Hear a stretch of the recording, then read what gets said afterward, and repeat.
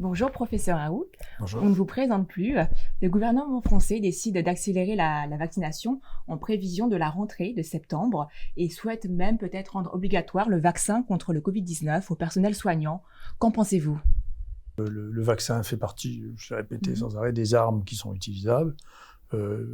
Même si les vaccins ne sont pas totalement efficaces, ce que l'expérience montre, Oui. c'est mieux de vacciner les gens qui ont un risque de faire un Covid grave, donc ça c'est important, les sujets âgés, les sujets à risque. C'est intéressant de vacciner les gens surexposés, comme par exemple le personnel médical ou le personnel de soins.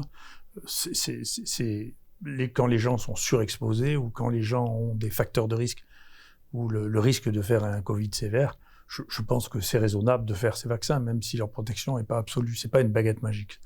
Donc il ne faut pas oublier les autres stratégies, parmi lesquelles, en particulier, le traitement précoce des gens infectés, qui est un des éléments majeurs de contrôle de cette maladie. D'ailleurs, vous voyez bien qu'en Chine, bien avant le vaccin, l'épidémie a été contrôlée. En tout, en Chine, il y a eu moins de morts que dans l'Île-de-France en mars 2020 quand même. Donc on peut faire... Les vaccins sont une partie de l'arsenal que nous avons, mais si vous voulez, depuis le début, cette épidémie est vécue avec une énorme émotion qui fait que les gens sont terrifiés. Ils attendent qu'on leur promette une baguette magique comme si ça allait être extraordinaire et que d'un coup, ça serait fini. Mais c'est pas comme ça, c'est les virus, c'est compliqué, l'évolution des épidémies est assez imprévisible, et donc voilà, c'est la situation dans laquelle on est. Donc il faut utiliser toutes les armes que nous avons, et pas une seule arme, et pas privilégier une seule arme en disant toutes les autres servent à rien, parce que c'est pas vrai. Et quelles sont les autres armes dont vous parlez, par exemple? Le soin. Par exemple, c'est sûr que cette maladie, depuis le début, il fallait... observer et se donner les moyens d'observer les malades.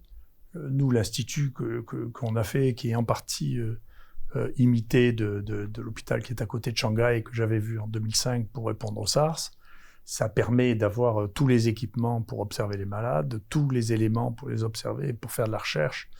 Et donc, parmi les choses que l'on a découvertes au fur et à mesure de la prise en charge des patients, c'est que les patients n'étaient pas capables eux-mêmes d'évaluer la sévérité de leur atteinte respiratoire, parce qu'à la différence des autres infections respiratoires, l'essoufflement est très tardif. L'essoufflement, il est juste avant la détresse complète respiratoire, parce que les anomalies qui se passent dans l'oxygène ne sont pas de même type que ce que l'on voyait ailleurs. C'est ce que les Chinois et nous avons appelé l'hypoxie heureuse, c'est-à-dire qu'on peut avoir des taux d'oxygène très très bas sans s'en rendre compte.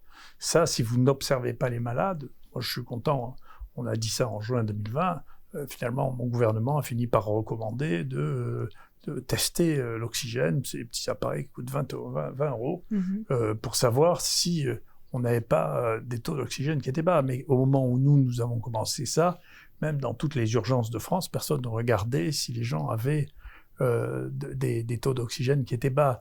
L'autre chose, c'est on s'est rendu compte très tôt, parce qu'il y a chez nous une professeure d'hématologie, qu'il y avait des troubles de la coagulation et que donc il fallait donner des anticoagulants très tôt, à dose isocoagulante, donc des doses faibles, et surveiller des marqueurs dans le sang pour voir s'il ne fallait pas augmenter ça pour empêcher une des grandes complications qui est la thrombose des artères pulmonaires. Donc tout ça sont des choses que l'on voit et que l'on apprend en observant les malades, en les traitant. Et donc, par ailleurs, si vous voulez, tous les traitements adjuvants, chacun a dans son pays sa culture des traitements adjuvants qui peuvent aider. Les gens qui donnent de la vitamine C, les gens qui donnent de la vitamine D, nous on donne du zinc aux gens. Nous, en plus, on a notre protocole qui est tiré de votre expérience initiale avec l'hydroxychloroquine, à laquelle on ajoute nous, systématiquement l'azithromycine. Voilà, tout ça, c'est des prises en charge médicamenteuses qui fait que nous, en ambulatoire, on a traité maintenant 20 000 personnes en hôpital de jour. En ambulatoire, on a un taux de mortalité qui est de 1 pour 1000.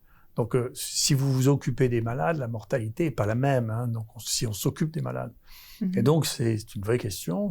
Au départ, c'est que les gens qui disaient qu'il ne fallait pas s'occuper des malades, et puis nous, on disait qu'il fallait s'occuper des malades, et on était en discordance. Mais tout ce qu'on a dit, il reste l'hydroxychloroquine qui reste un point de fixation, mais tout ce qu'on a dit que l'on faisait, maintenant tout le monde le fait. Ça fait partie des recommandations du gouvernement. Donc, encore une fois, c'est pas parce que je ne suis pas naïf au point de croire que il va y avoir une baguette magique qui va sauver tout le monde d'un coup, que je suis contre les choses. C'est simplement parce que on vit dans un monde qui est très bête et donc tout le monde veut savoir s'il est pour ou contre les choses. La vie n'est pas comme ça, en particulier la médecine n'est pas du tout comme ça.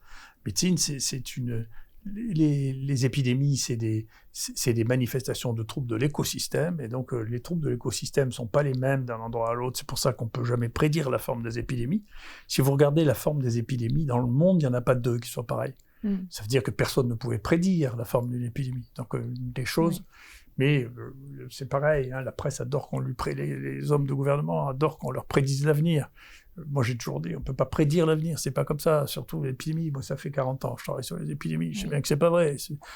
Vous dites que le soin, l'étude des patients, les examiner est primordial, c'est l'une des armes, en plus de la vaccination, pour lutter contre cette pandémie. Et c'est ce que vous faites aussi à l'Institut? Il y a un état justement pour étudier les patients? Ah, bien sûr, nous, on a 75 lits et un hôpital de jour. Je vous dis, nous, on a fait le diagnostic, nous, hein. Je pense qu'on est l'institut qui a fait le plus l'institut unique qui a fait le plus de diagnostics et soigné le plus de malades au monde, hein.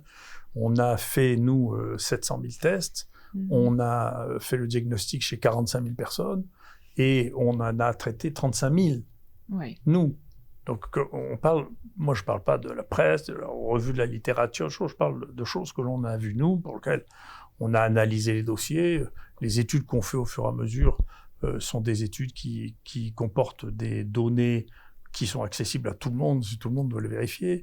Et vous savez, comme on vit dans un institut qui est un institut public, on ne peut pas ni cacher, ni inventer les morts, ni les gens qui sont venus. Ils ont tous des données qui sont des données officielles, et donc ce qu'on dit ne peut pas être faux, c'est juste des données, c'est juste des données réelles. Oui. Mais on a fait plus de choses, on a fait beaucoup plus dans ce pays de séquences génomiques. La France s'est rendue compte très très tard qu'il fallait surveiller les virus pour voir ce qui se passait et pourquoi. Est-ce que c'était vrai qu'il y avait des vagues d'un virus qui rebondissait, ce que je ne croyais pas, ou bien alors est-ce que nous faisions face à plusieurs épidémies dues à des variants différents?